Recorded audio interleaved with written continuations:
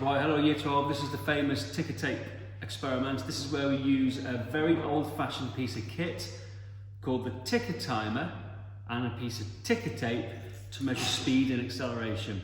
Okay, this is proper old school. This is very old-fashioned data logging in a way. So let me explain what it is. Well, first up, the ticker timer is this piece of kit. How well you can see that on the camera. Right, that's just like inside here, there's a little hammer that does this. Tiny hammer that hits. Now because it's connected up to AC, all right, that will be going 50 times a second. Because remember, AC, the frequency of alternating current in this country and the UK is 50 hertz. Okay, so we get a very regular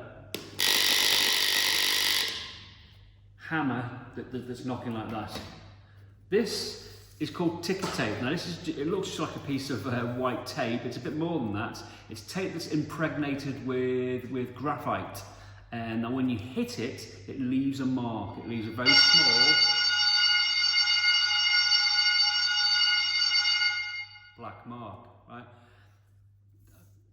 Awakened a few memories in you, I hope. Yeah, this is obviously we're in F6. For those who don't know F6, this is F6, and that's the school bell in F6, which is quite loud. Anyway, right, we have the ticker tape. So when the hammer hits on that, it leaves a tiny black dot. And because that's doing it 50 times a second, we can work out the exact time difference between two adjacent dots. Now, if we measure the distance between two adjacent dots, and we know the time between two adjacent dots, we can work out the instantaneous speed that the ticker tape is moving through the ticker timer, okay? Using obviously speed equals distance over time. Right, now I've got a trolley. I'm gonna move a trolley. I'm gonna let this trolley run down the ramp. Okay, I'm gonna let the trolley run down the ramp, and hopefully, obviously it's on an incline, so it's gonna accelerate. And we should, in theory, be able to measure the value of the acceleration. Okay? Are we ready? It doesn't get more exciting than this in physics. Like I said, this is old school. This is how, when I was at school studying physics, this is how I and my classmates actually measured speed and acceleration. But way back then, we thought this was state of the art. Anyway, let's see.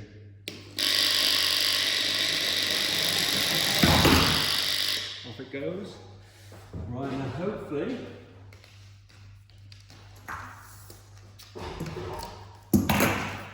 hopefully that's put some dots. You can just see. Hopefully that's in shot. As you can see, the dots are close together when it's moving slowly, and they get further and further apart as